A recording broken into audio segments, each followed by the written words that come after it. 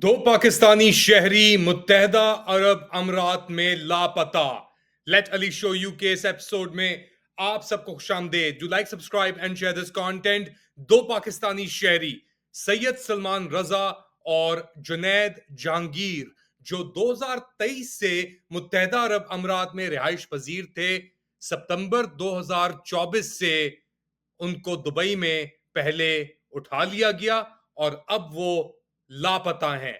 जी हां, आप सही सुन रहे हैं कि दुबई यानी मुत्तहदा अरब अमीरात के सबसे अहम शहर के अंदर, सबसे बड़े शहर के अंदर, जहां पे दुनिया भर से लोग आते हैं, सैरते हैं, घूमते हैं, फिरते हैं, जो आर्ग्यूबली दुनिया का सबसे सर्वेल्ड शहर है, जहां पे कैमरा आपको her feet, 2 feet, 3 feet, 4 foot के बाद आपको कैमरे ही कैमरे वहां पे नजर आएंगे।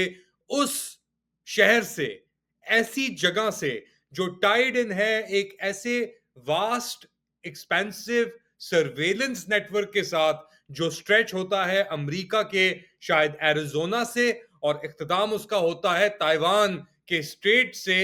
उस शहर से दो पाकिस्तानी नौजवान पिछले 1 साल से लापता हैं और खदशा यह है उनकी फैमिली का कि इनको पाकिस्तानी इदारों, हसास इदारों के जोर के ऊपर, प्रेशर के ऊपर मुत्तहदा अरब अमीरात की एजेंसियों ने और सिक्योरिटी इदारों ने उठा लिया है और यरगमाल बना के गायब कर दिया है। बड़ी परेशान कुन सिचुएशन है। हम कोशिश कर रहे हैं कि इन दो नौजवानों के पेरेंट्स से भी बात करें, मगर इसकी एक वाज़ेह टाइमलाइन जरूर है इस पूरे इशू की। मगर एक बात आप याद रखें, इन दोनों का ना कोई एक्सप्लेनेशन है कि किधर हैं ये लोग, ना कोई ट्रायल हुई है, ना कोई राब्ता हुआ है, और बिल्कुल ही ये गायब हो गए हैं from the face of Dubai और मुत्तहदा अरब अमीरात। तो सवाल तो बहुत बनते हैं। There are many questions that need to be asked. What happened? How did it happen?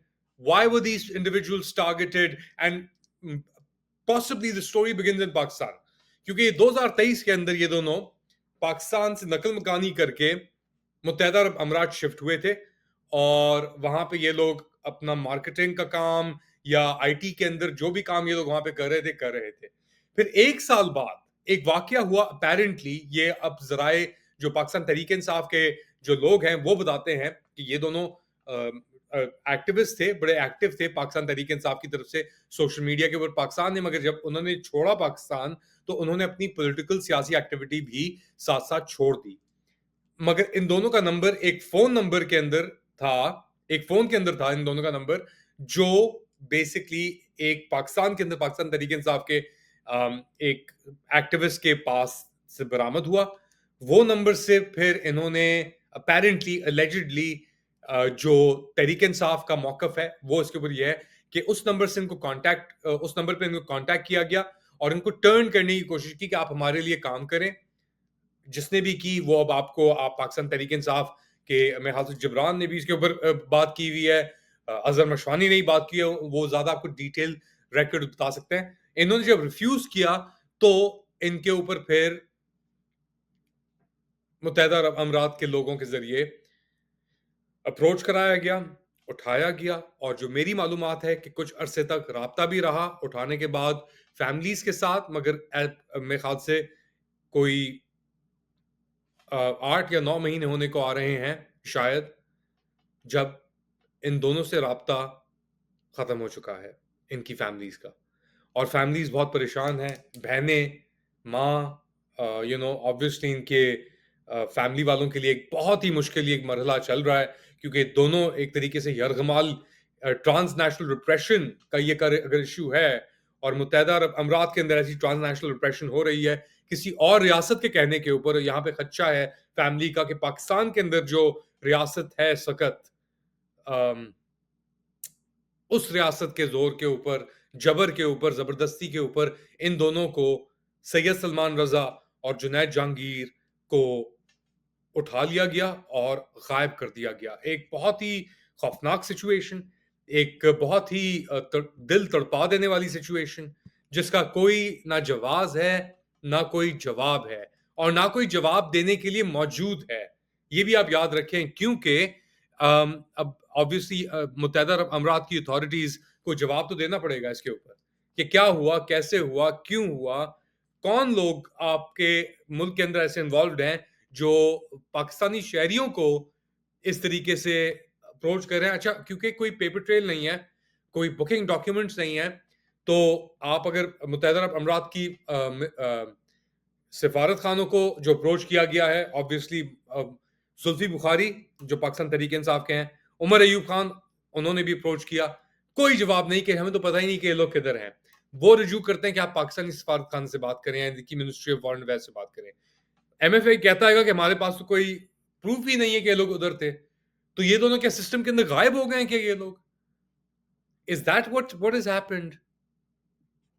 अगर ये ऐसा हुआ है तो फिर तो बहुत ही एक खतरनाक सिचुएशन कहना इसे मेरे ख्याल से मुनासिब होगा, क्योंकि ये these guys are young guys, Salman और जुनैद, और ऐसे कितने सैकड़ों की तादाद के अंदर पाकिस्तानी होंगे जो रह रहे होंगे इस वक्त मुत्तहदा अरब अमीरात के अंदर और दीगर जगहों के ऊपर।